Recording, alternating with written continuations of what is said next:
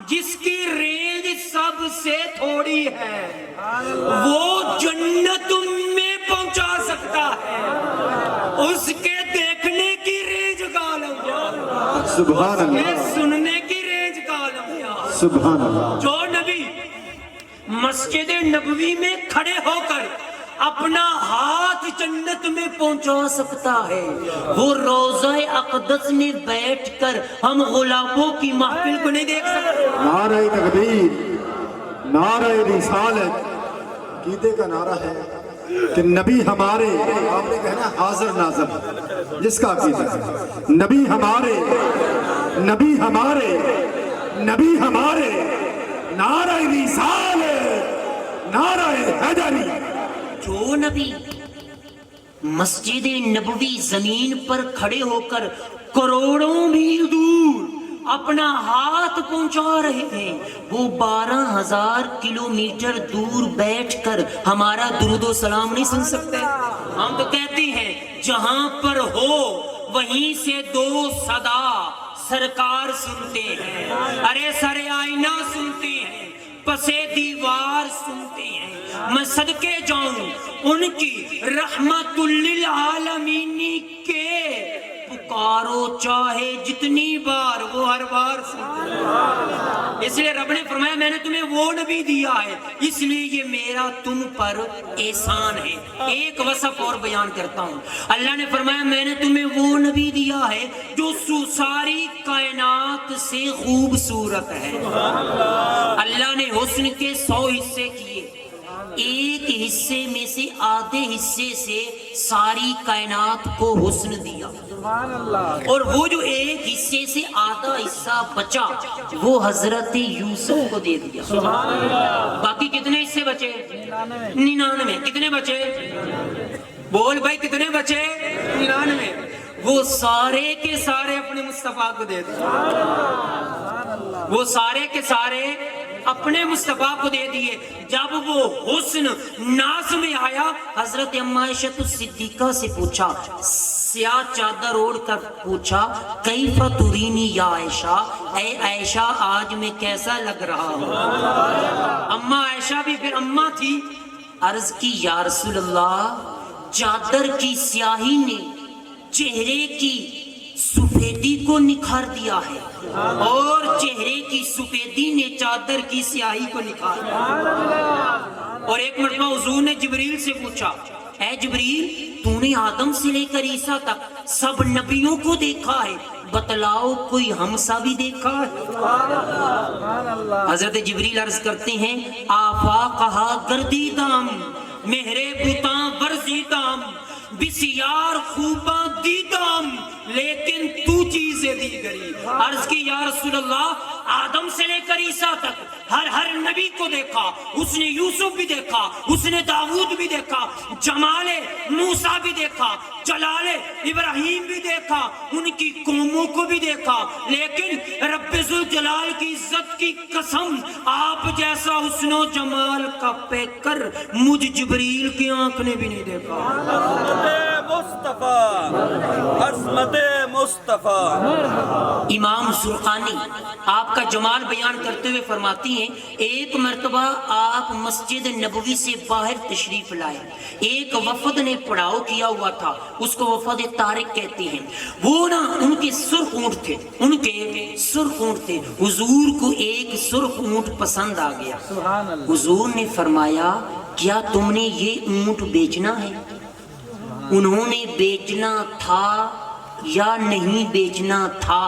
جب حضور نے فرمایا عرض کی بیچنا ہے، حضور نے فرمایا بات یہ ہے، میں سیر کرتے کرتے یہاں تک آ پہنچا ہوں، میرے پاس اس کا عوض ثمن، اس کی قیمت نہیں ہے، میں واپس جا کر بیچ دیتا ہوں۔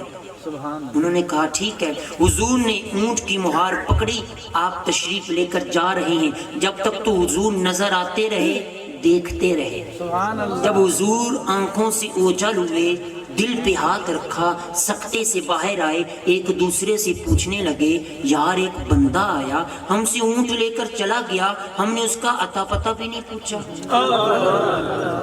آج جو کوئی کام کیا جاتا ہے نا، کاروبار، کوئی چیز خریدی بیچی جاتی ہے، اس کے تین ہی طریقے ہوتے ہیں، یا تو نقد و نقدی، آج کل اکثر یہی چلتا ہے، یا اگر ادھار لینا ہے یا تو وہ جاننے والا ہوگا یا درمیان میں کوئی ضامن ہوگا۔ آج نبی کو کوئی ادھار، بلکہ آج کل تو جاننے والے کو کوئی نہیں دیتا، آج کل تو جاننے والے کو کوئی نہیں دیتا۔ تو انہوں نے کہا اجنبی بندہ آیا، ہم سے اونٹ لے کر چلا گیا۔ ایک کہتا ہے یاروں میں کیا بتاؤں، جب وہ بولتا تھا تو اس کے منہ سے پھول جھڑتے تھے۔ اذا تکلم رؤیا کالنور یخرج بین ثنایاہ، جب وہ بولتے تھے تو منہ سے پھول جھڑتے تھے۔ ایک کہتے یار میں کیا بتاؤں، جب وہ ہنستا تھا سامنے والے پہاڑ پر اس کا عکس پڑتا تھا۔ اذا ضحک یتلألأ فی الجدر، جب وہ مسکراتے تھے تو سامنے والے پہاڑ پر نور کا عکس پڑتا تھا۔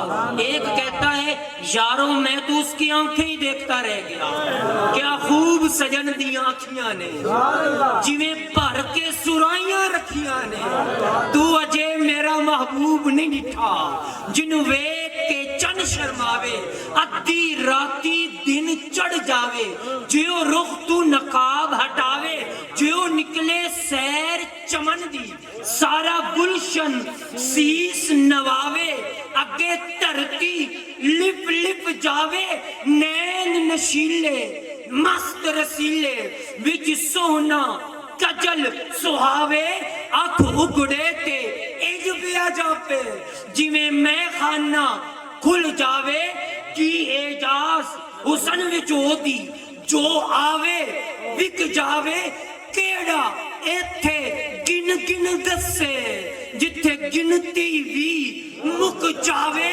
علم خدا نے اینا دتا، عقلاں وچ نہ آوے، عقل خدا نے اینتی دتی، علماں وچ نہ آوے، آزم ایڈا سونا ماہی سانو کدرے نظر آوے، آزم ایڈا سونا ماہی سانو کدرے نظر نہ آوے۔ اب ایک ان میں سے کہنے لگا اچھا تم اس کے حسن کے جلووں میں کھوئے رہے پر وہ تمہارا اونٹ ہتھیا کر لے گیا۔ جب اس نے یہ بات کی نا تو ایک عورت اس قبیلے کے وفد طارق کے سربراہ کے گھر والے تھی، اس نے خیمے کا پردہ سرکایا، اس نے کہا انا ضامنۃ لثمن جملکم لا یغدر بکم، کہ اے بات کرنے والے کہ وہ اونٹ ہتھیا کر لے گیا ہے، یہ ذرا سنبھل کے جملہ بولنا، انا ضامنۃ، میں تمہارے اونٹ کی قیمت کی ذمہ دار ہوں، وہ بندہ تم سے دغا بازی نہیں کرے گا۔ انہوں نے کہا اچھا اچھا تو اس کو جانتی ہے؟ اس نے کہا واللہ جانتی تو میں بھی نہیں، اس نے کہا واللہ جانتی تو میں بھی نہیں ہوں۔ اس نے کہا اچھا پھر تو کیسے کہہ رہی؟ اس نے کہا جب وہ بندہ تم سے سودا کر رہا تھا نا، میں نے خیمے کی اوٹ سے اس کا چہرہ دیکھا تھا، اور اتنا خوبصورت چہرہ کسی جھوٹے کا نہیں ہو سکتا۔ یہی باتیں ہو رہی تھی، حضور کے غلام پہنچائے، انہوں نے فرمایا کہ آپ ہی وہ لوگ ہیں جن سے ہمارے آقا نے اونٹ خریدا ہے؟ انہوں نے کہا جی ہاں۔ انہوں نے حضور کے صحابہ نے کچھ کھجوریں ان کی ضیافت کے لیے پیش کی کہ یہ تمہاری مہمان نوازی ہے اور یہ رہی تمہارے اونٹ کی قیمت۔ انہوں نے کہا ہمیں یہ نہیں چاہیے، ہم تو خود بک گئے ہیں بازار میں۔ سارا قافلہ اٹھا اور حضور کے چہرے کی برکت سے مسلمان ہو گئے، تیریاں تک کے ادامہ میں مرید ہو گئی۔ تو رب نے ایسا محبوب دیا جو ساری کائنات سے خوبصورت ہے، تو اس کا احسان جتلانا تو بنتا ہے نا۔ آج ہمیں چاہیے ہم اس کی قدر کریں۔ میں نے یہ جو آپ کی محفل کے دیکھا، آپ کا ذوق اللہ سلامت رکھے، جزاک اللہ، لیکن ایسا ادب والی محفلوں کا ذوق نہیں ہوتا۔ جب قرآن پڑھا جائے سر نیچے کر کے اس کو سنو۔ میں نے امام مالک کا ایک قول آپ کے سامنے کوٹ کیا، امام مالک کے سامنے جب حدیث پڑھی جاتی سر جھک جاتا، تو حدیث سے زیادہ مقام ہے قرآن کا۔ حدیث یہ بول ہے مصطفیٰ کے اور قرآن یہ کلام ہے میرے رب کا۔ امام مالک کو 16 مرتبہ بچھو نے ڈنگ مارا، اپنے پاؤں کو جنبش نہیں دی، اور ہم قرآن سن رہے تھے اور ایسے. یہ ٹھیک ہے ہمارا ماحول بنایا ہے، یہ ہماری رسمی علماء نے بنایا، ہمیں کسی نے بتایا نہیں. اگر آپ لوگوں کو کوئی بتاتا تو آپ ایسے کرتے نہیں کرتے. ہمارے لوگوں نے بھی اس کو دھندا بنا لیا. یارو کیا مرنا نہیں ہے؟ کیا ادھر حضور کے ہم نائب بنے ہیں؟ ایسے بن گئے. ایسے ہی حضور نے فرما دیا العلماء ورثۃ الانبیاء.